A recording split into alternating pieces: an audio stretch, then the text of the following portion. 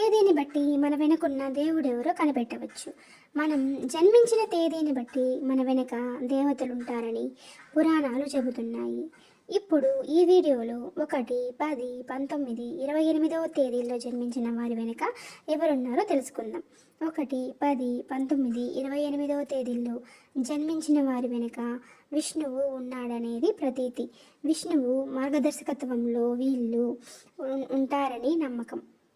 ఈ తేదీల్లో జన్మించిన వారు ఇతరులకు సహాయం చేస్తారని, సహజంగానే నాయకత్వ లక్షణాలను కలిగి ఉంటారనేది విశ్వాసం. జీవితంలో బలమైన ఉద్దేశాన్ని కలిగి ఉండి విష్ణువు వీరికి జ్ఞానం, సహనాన్ని వరంగా ఇస్తారని ప్రజలు నమ్ముతుంటారు.